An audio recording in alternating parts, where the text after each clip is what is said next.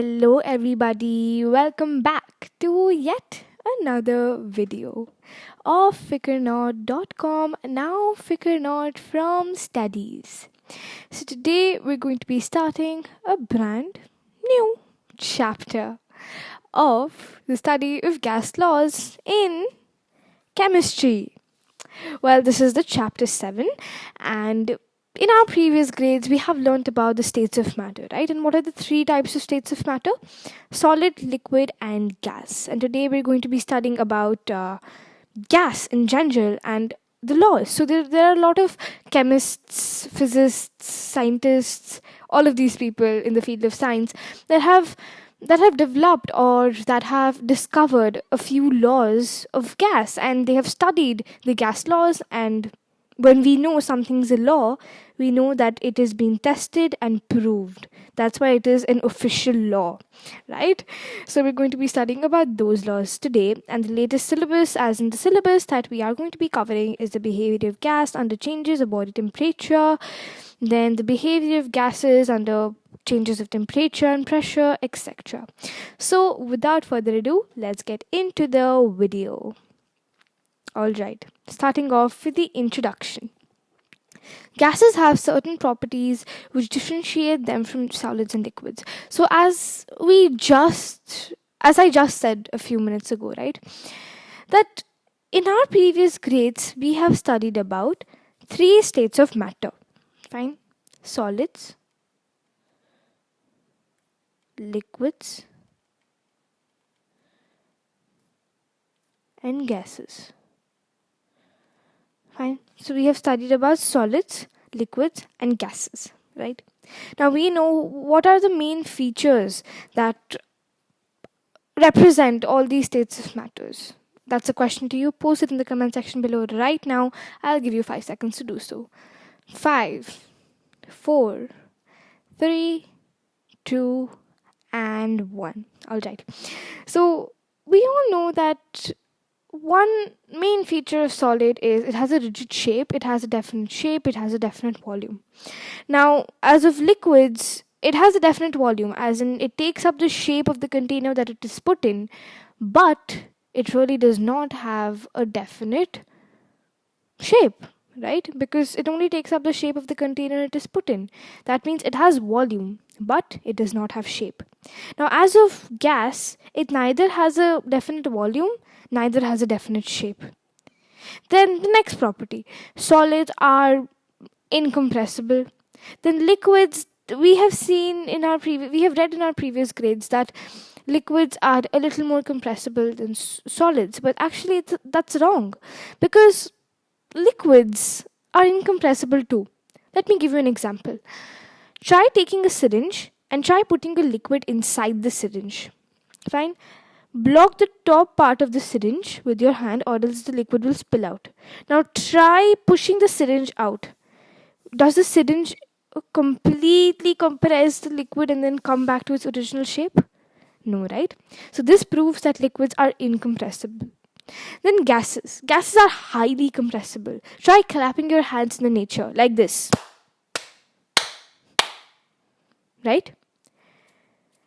And we all know that around us we have gas, and that's how we breathe, right? If I'm able to breathe and talk to you all and make you guys study this chapter or teach you guys this chapter, it is because I'm able to breathe with oxygen. And if I'm able to clap my hand, that means I'm compressing the gas. I can't really see gas, but I can feel, a presence of air in my hand when I move it and compress it, right? So gases are highly compressible. So these were the characteristics that we know. Let's see what your textbook has to say. The three states of matter are solids, liquids, and gases. Gases differ from solids and liquids in the following ways. Gases do not have a definite shape or volume, as in the case of solids and liquids. Liquids have no definite shape. The distance between the molecules is much larger in gases, comparatively less in liquids, and almost negligible in solids. That's right. If you've ever seen the position of molecules in matter, you must have noticed they don't have space to breathe. They're just compressed. They have such a great bond They're like the best joint family you'll ever see because they have such a great bond. Then you have liquids who are a little apart, but they're still close, as in they have bondings, but not as strong as the solids. And then you have the gases, who they're almost like they live in their own room. They don't come out. They don't have a bond. They just go wherever they want to, basically, right? So they have a really large intermolecular space, right? Then the force of attraction between the molecules is negligible in the case of gases. That's right, because they have no bonding, so how will they have a force of attraction, right? Now, comparatively, in liquids, it's a little more than solids.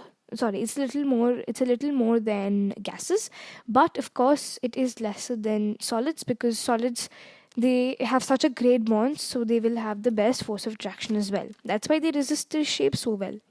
And then the fourth one is molecules of a gas move in straight lines, undergo random collision with other molecules, and occupy the complete space available in the container, unlike solids and liquids. So, molecules of gas, they always move in a straight line. This is something to note because we haven't learned this in our previous grades, right?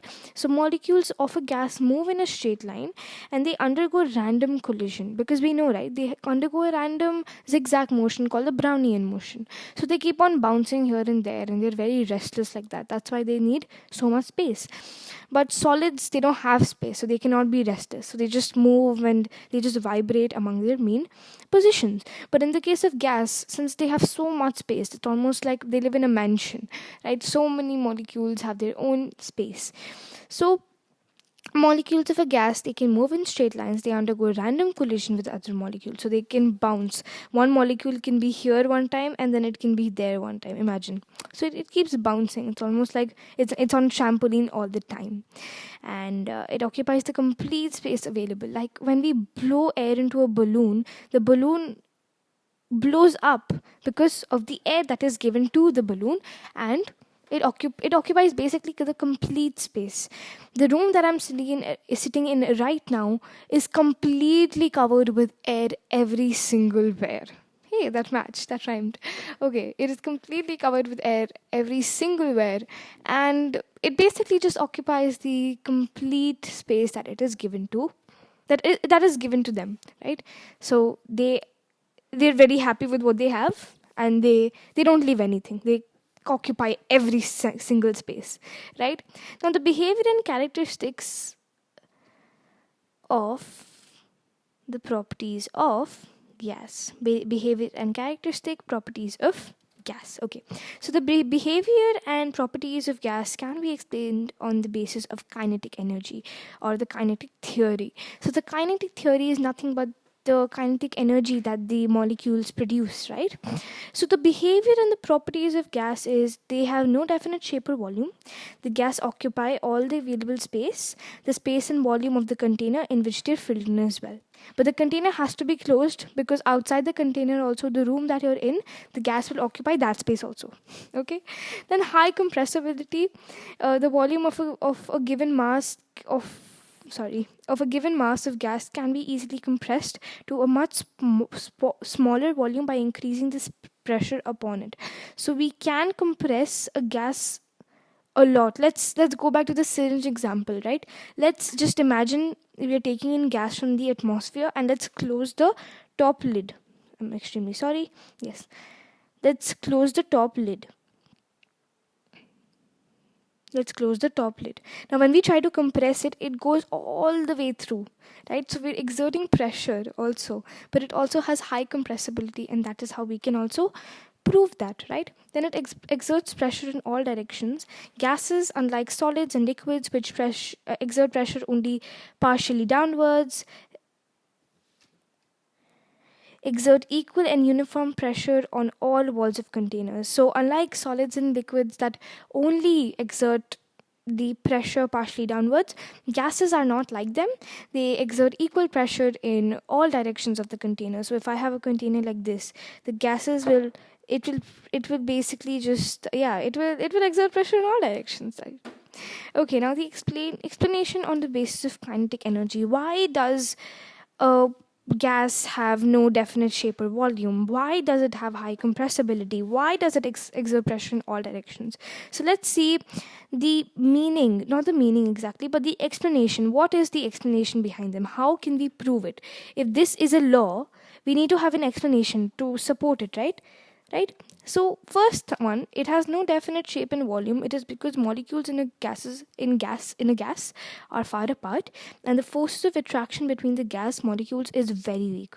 Now molecules are in a continuous motion in the entire available space, and their movement is restricted only by the walls of the container. That's why its force of attraction is so weak, and it doesn't have a definite volume, and it also doesn't have a definite shape because it's not rigid enough, right? Then high compressibility is because the volume of particles the volume of particles negligible compared to intermolecular distance, hence they can be compressed and brought closer to each other.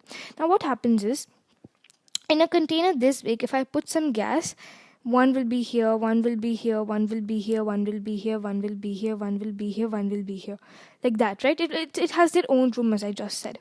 So the volume of particles is negligible compared to the intermolecular distance. Why?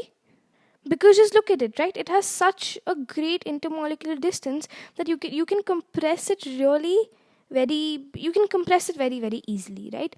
And hence they can be compressed and brought closer to each other, but then it will go back to its original pace unless and until you compress it for a long time. In that case, it may burst because they'll get really very restless. That's pressure, right? Then the third one is the exert pressure in all directions. It is because the impact of a gas molecule with high velocity causes pressure to be exerted on the walls. Now, the same number of molecules strikes a given area on the wall in unit time. So basically what they're saying is the impact of gas molecules with high velocity causes pressure to be exerted on walls. So when I say that I'm compressing as I just said, right? Let's say I'm compressing the gas molecules to an extent that they have so much pressure, and they also exert pressure in all directions, right? So the impact of gas molecules with high velocity causes pressure to be exerted on the walls because, as I just said, they're so restless, so they can't help it. They exert pressure in all directions anyway, and then same number of molecules strikes to a given area on a wall. So imagine one here, one here, one here, one here, one here, one here, one here, one here, and after some time the container will blast because of such a great pressure that is applied on it, right? So after a minute it will blast, right? So this is what we were talking about. Perfect. So now that we're done with this, let's go on to the next page. Now this is the continued table of the previous table that we just read. Now they have low densities. Gases have much lower densities compared to solids or liquids. Under ordinary pressure, conversion of a given mass of solid or liquid to a gas causes a much greater increase in volume than the original. Hence the density of gas is very low compared to solids and liquids. So as we know, they have very low densities, right? Now under ordinary pressure, conversion of a given mass of solid or liquid to a gas causes much greater increase in volume than the original. So what they're trying to say over here is, under ordinary pressure conversion, right, of a given mass of solid or liquid to a gas, it has a greater increase in volume. So from being very close, they go extremely far apart. So you can see the increase in volume over here, right? And then this is what causes the density of gases to be low. Now, if we talk about the explanation on the basis of the kinetic theory, now the intermolecular distance between the molecules of a gas is very large. Hence, the number of molecules per unit volume of a gas is much lower, and therefore they have very, very, very low densities. Because let's say in a certain area, let's say this much area, I have solid. They're completely packed. So they have a really high density because of that. Now, in the same area, I have liquids that are a little chill, but okay. But then again, in the same area, these are the gases. Imagine, right? So it has such a high intermolecular distance that the ordinary pressure conversion of a given mass of solid to liquid, it has a greater increase in the volume than the original. You can see, right? Imagine the volume. This is volume number 1, 2, and 3. Which has more volume? Of course, this, right? It has much more space, right? So that's why they have low densities. Then the property of diffusibility or miscibility. So gases diffuse readily, and when kept in contact with one another, combine, forming a homogeneous mixture. So what is the explanation behind this? Is the space between the gas molecules is very large, and hence the intermolecular distance between the gas molecules is very large. Hence the gas molecules have a tendency of mixing with other gas molecules, their speed of movement depending on the mass, temperature of the gas. That's it. So normally everything talks about the intermolecular force of attraction and the intermolecular phase of space. So it's almost like your basics are just a little more advanced and they're given in a new form, right? It's almost like a girl or a boy who lives in a farm goes to a city and comes in its new way. That person he or she changes, right? They get own their new styles, they learn what is done in a city, etc. Right? So that is what the table was all about. Let's just revise. No definite shape or volume. Why is that so? Because it has a large intermolecular space, right? And the force of attraction is also very weak. Then high compressibility again, because it has a large intermolecular space. Exert pressure in all directions. Why? Because the impact of gas molecules, they have high velocity and it causes pressure to be exerted on the walls. So they exert pressure in all directions, right? Fine. Now the same number of molecules strikes in the same number of, basically in the area that is given to them. Then why does it have low density? Because it has a higher intermolecular distance, right? When they have a higher intermolecular distance in a certain area, gases are more rigid and they're filled completely. They don't have any intermolecular space. But when we compare it to solids, they're completely rigid. And when we compare it to that of gases, per unit volume of a gas is much lower, right? That is why they have lower densities as well. And diffusibility is again because it has a large space, it has a large intermolecular space, and it can diffuse with any gas. All right. So with this, we come to an end of the behavior and characteristic properties of gases. Now let's move on to gas laws, which is honestly the interesting part of this chapter. And I honestly love it, so I'm sure you will too. So let's start with this. Let me just quickly read up this. Right. Now let's move on. Okay. The behavior of gases by three variables: temperature, pressure, and volume. So gas laws are certain rules which a gas follows when subjected to a change in temperature, pressure, and volume. So, as I said before, when we name something as a law, we are sure that this certain law is allowed in all cases. Any cases, any experiment, this law will hold its honor, right? It will hold its shape, almost like that, right? So on the basis of the study of gases, they came up with laws, and the gas laws are certain rules which a gas follows. That means a gas already has when subjected to a change in temperature, pressure, and volume. Okay. Now the effect of a change of any one of the following parameters affects the other two parameters. So example is, volume of a gas undergoes significant change. If its pressure, temperature is slightly changed, the parameters are described in the following table. So what they're saying is the effect of a change of any one of the following parameters affects the other two parameters as well. If the temperature is changed, the pressure and the volume will also change. If the volume is changed, the pressure and temperature will also change. So they're almost like siblings. If one changes, the other two will also change. If the other changes, the other two will also change, right? So let's see and look at this table over here.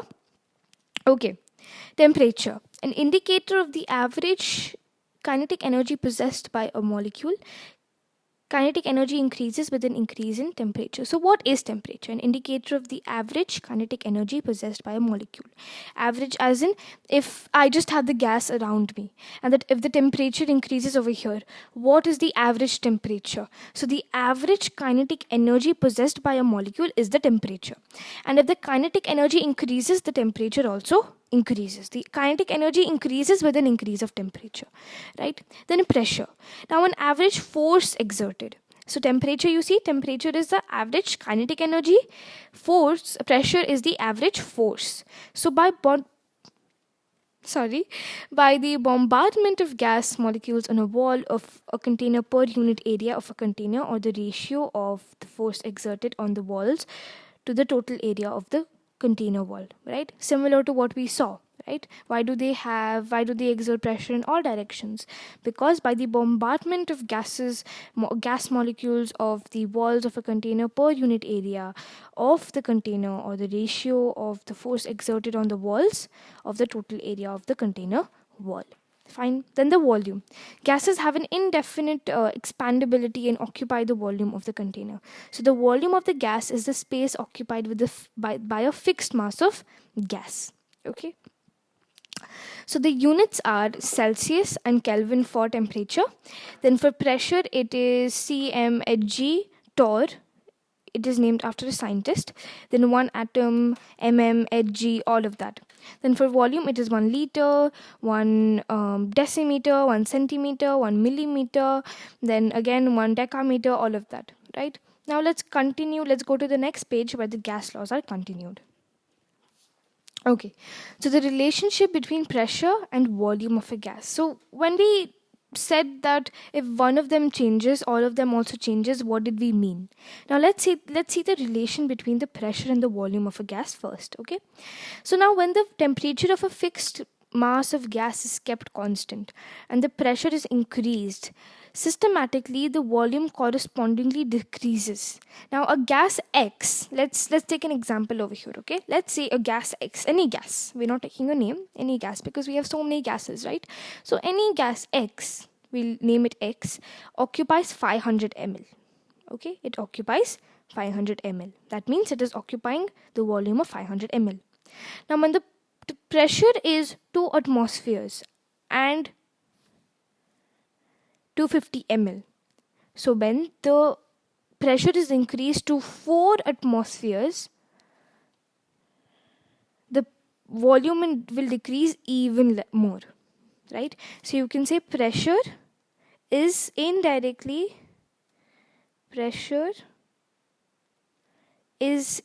proportional to, or not proportional to, volume. Is not proportional to volume. Okay. Now, when the pressure is decreased, so when the temperature of a fixed mass of a gas is kept constant and the pressure is decreased, systematically the volume correspondingly decreases. So if the pressure is described to 1 atmosphere, the volume of a gas is 1000 ml, imagine, right? So this is the experiment. Experiment number 1, pressure is 2, volume is 500. Pressure is 1, volume is 1000. Pressure is 4, it gets 250 ml. So you can see when the pressure increases, the volume decreases. When the volume increases, the pressure decreases. Now, why is that so? Why does this happen? Let's take a bottle, where a spray bottle, where the gas has been compressed to such a great extent. So the gas is over here, it's struggling, it is bouncing off, and since the container is solid, it is able to sustain, or else it would have blasted until now, right? That is why when we overblow a balloon, it blasts, right? So as you can see, the pressure over here is increased in such a great rate that the volume has decreased really badly. It has decreased extremely. Now, if the pressure is still here, the pressure is very low in this case, but the volume is very high.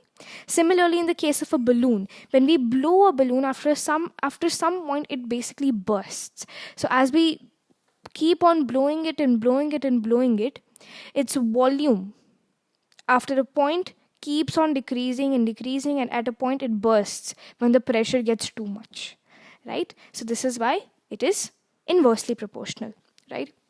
Now, the relationship between temperature and volume of a gas. So we looked at the pressure and volume. Now let's look at temperature and volume. Now, when the pressure of a fixed mass of gas is kept constant and the temperature of a gas is increased, systematically the volume correspondingly increases as well. So now let's take an example. A gas Y occupies 200 ml when the temperature is 400 K. Now, if it is heated to 600 K, its volume will also increase to 300 ml. Now, when the temperature is decreased, the volume will also decrease. Now, the examples over here, as you can see, is 400K, 200 ml, 600K, 300 ml, 200K, 100 ml.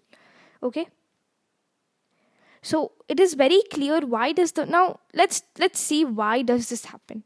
As we know that let's take a container and we have heated this container, okay, and the temperature is increasing and the gas molecules are over here, and we know when a certain any state of matter is heated, it expands.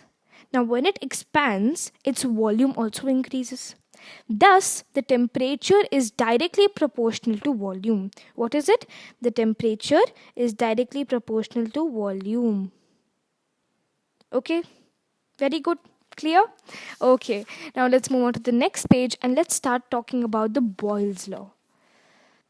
So Robert Boyle, he studied the relationship between the pressure of a gas and its volume that we learned, right? So the study of gases, Robert Boyle found that at constant temperature, the volume of a fixed mass of gas goes on decreasing as the pressure is increased. On doubling the pressure, the volume is decreased by half. Now this behavior was generalized and named the Boyle's Law. So Robert Boyle, what did he have to say? Let's see. What does the Boyle's Law mean? The temperature remaining constant, the volume of a given mass of dry gas is inversely proportional to its pressure. So, as I said before, volume is inversely proportional to that of pressure, where the temperature is constant, as in it is the same, but only these two are changing. So, let a particular mass of gas occupy. So, let A be the particular mass of a gas that is being occupied. So volume equals to V, pressure equals to P, and the constant temperature equals to T. So according to the Boyle's law, V is inversely proportional to 1 by P, and A is the particular mass that the gas is occupying, right? So therefore V equals to K 1 by P, and P by PV equals to K equals to constant. Now, if the particular mass of a gas occupies the volume V1 at pressure P1 and the volume V2 at pressure P2, so according to the Boyle's law, P1 B1 equals to P2 V2 equals to K, that's T, is constant in this case. Now, the Boyle's law equation is this. Now, the Boyle's law it can also be defined in the following way. Temperature remaining constant. The product of the volume and the pressure is given of a dry gas or constant. So what do we understand by this complete law?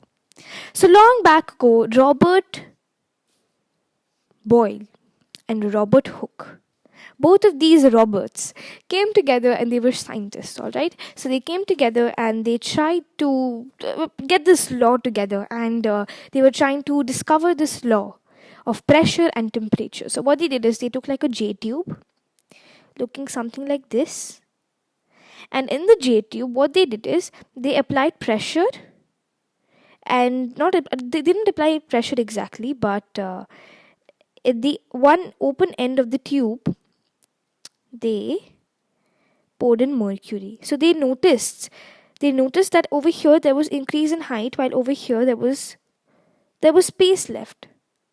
Now they understood that the increase in height told them that the pressure is increasing while the volume is decreasing. And when they did vice versa, it was the same thing, right? So conclusion, pressure into volume has a constant value. Now, temperature remaining constant, the product of volume and pressure of a given mass of a dry gas is constant, and the experimental data to illustrate validity of Boyle's law for a specific gas at constant temperature. So, experiment number 1, the pressure is 1, volume is 1000, and pressure into volume is 1000. Then 2, pressure P is 2, volume is 500, then the pressure into volume is 1000. Then pressure is 4, volume is 250, which equals to 1000.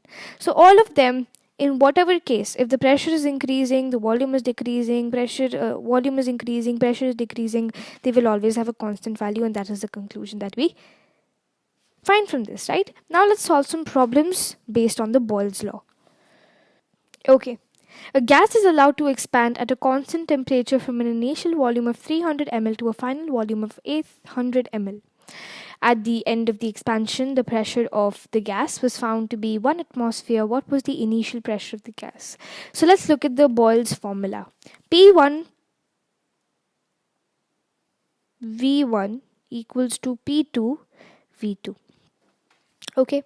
Now the original formula over here, the volume is 300 and the pressure is 1 into 800. Right? So what do we get? 300 equals to 800, which equals to, if we move this over here, x, right? X equals to 800 equals to 300. Cut the zeros, 3 ones are 3 6 are.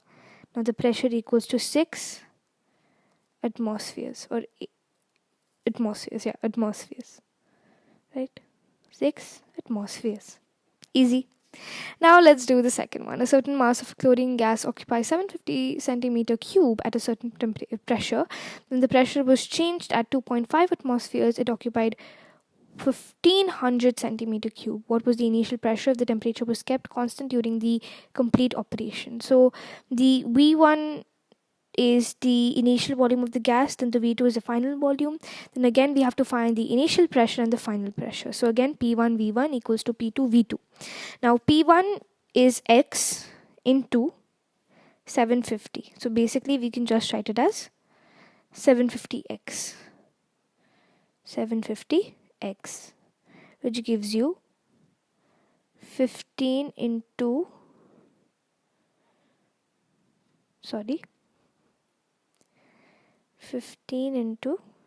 25.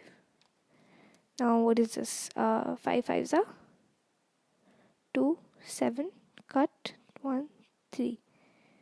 Okay, got it. Let me write all of this again.